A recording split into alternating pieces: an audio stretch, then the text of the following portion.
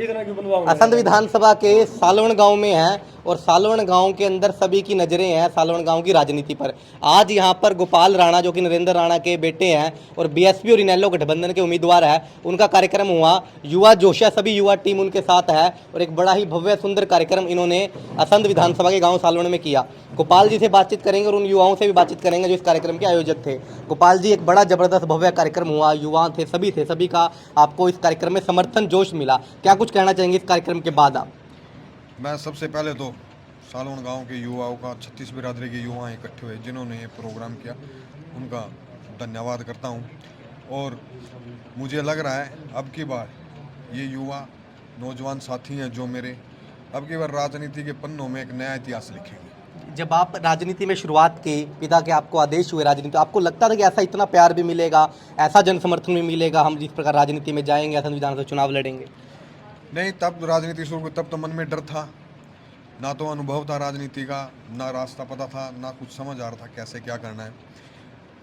मेरे पिताजी हैं, उन्होंने 12 साल से हल्के में रहे हैं, लोगों के सुख दुख के, उनकी मेहनत का ही फल है ये। जो उन्होंने तपस्या किया 12 साल, उसी का फल मुझे आज मिल रहा है, उनके आशीर्वाद मिल रहा है।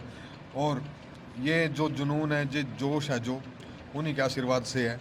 बुजुर्गों का आशीर्वाद भी है, नौजवान साथियों का। नौजवान साथी कहीं ना कहीं इनको भी लग रहा है, इनको भी मुझसे उम्मीदें हैं, मैं भी युवा हूँ तो इनको शायद मुझसे उम्मीदें हैं और इनको विश्वास भी है कि हमारा भाई हमारे लिए कुछ ना कुछ करेगा, इसलिए ये जन समर्थन मिला हुआ है। और बुजुर्गों का आशीर्वाद तो है ही है, मेरे पिताजी का भी आशीर्वाद है। मन में एक जुनून है, जोश है, एक भावनाएं हैं कि इनकी उम्मीद है जो युवाओं की, भी उन उम्मीदों पर खरा उतरना है, मुझे कुछ काम करना है, ऐसा आता है मन में? बिल्कुल है जी, मन में है कि हाँ, युवाओं के लिए, हर बिरादरी के लिए, हर समाज के लिए कुछ ना कुछ करूँगा। वो है, सब कुछ सोच रखा है, दिमाग में है। और अगर मुझे जनता मौका देती है तो कुछ ना कुछ अपने हलके के लिए, अपने भाइयों के लिए कुछ नया करके दिखाऊंगा। राजनीति के बारे में अलग अलग लोगों की अलग अलग धारणाएं होती है, आपको राजनीति में आने के बाद कैसी लगती है? राजनीति मज़ेदार है ये? अब तो मज़ा आ रहा है जी। हाँ। राजनीति में शुरू में तो लगा था, समझ नहीं आ रहा था, लेकिन अब भाई जुड़ते जा रहे हैं, बुजुर्गों का आशीर्वाद मिलता जा रहा है, माताएं भी बहुत आशीर्वाद दे रही हैं, तो अब मज़ा आ रहा है, हिम्मत भी बढ़ रही है, हौसला भी बढ़ रहा है। और रोज़ ना रोज़ डेली देखते हैं, आप भी देखते हो, और मुझे भी जहाँ भी जाता हूँ जन समर्थन भी बढ़ता जा रहा है। तो अब की बार ये बुजुर्गों का आशीर्वाद और मेरे साथी हैं, नौजवान हैं, युवा हैं, उनका जो सहयोग है ये रंग लाएगा अब की बार। आज पिताजी को फ़ोन कर कर उनसे बात करके कहेंगे भी सालवन गांव में गए थे तो आपका प्यार मुझे मिल गया? जी बिल्कुल, मैं कॉल पे बात करूँगा उनको अभी यहाँ से फ्री होने के बाद, और उन्हें बहुत ज़्यादा खुशी होगी।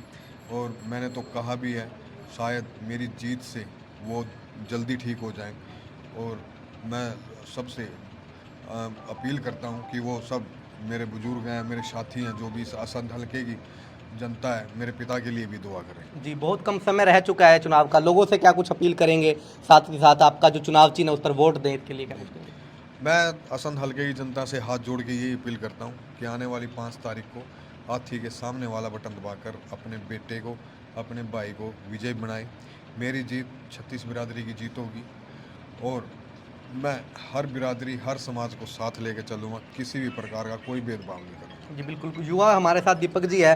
दीपक जी, क्या लगता है कि गोपाल राणा युवा उम्मीदवार है, कहीं ना कहीं युवाओं को देखकर कैसे युवाओं में एक जोश आता होगा भी हाँ भी अपना भाई को चुनाव में कर? सबसे पहले तो आपके युवा भारत चैनल का धन्यवाद, जो आप इतनी बेबाकी से गोपाल राणा की आवाज़ को उठा रहे हो।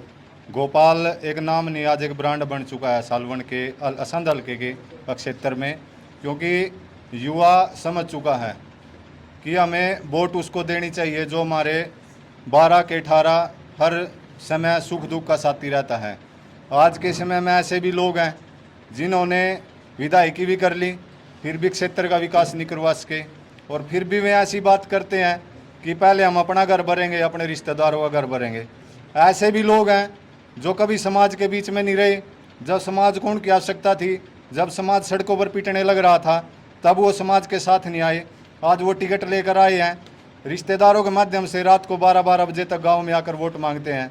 आज का युवा समझ चुका है, जो गोपाल जैसे और गोपाल के पिता नरेंद्र जी हर समय क्षेत्र में रहते थे, सबके सुख दुख में रहते थे, जहाँ संस्थाओं को सहयोग की जरूरत पड़ती थी वहाँ वो सहयोग करते थे। आज वो बीमार है। मैं 36 बिरादरी से गांव सालवन की निवेदन करना चाहता हूँ, नरेंद्र राणा का एहसान हम चुका नहीं सकते और गोपाल राणा का दिल से हम सबको साथ देना चाहिए। बिल्कुल, क्या कुछ कहना चाहेंगे जी? गोपाल राणा को बनाएंगे जी, और उम्मीद भी करेंगे आने वाला जो जीत के आएंगे तो हमारे गांव का आर्थिक विकास नहीं हुआ, कोई भी विधायक बना मंत्री बना जी, हमारे गांव में कुछ नहीं हुआ जी।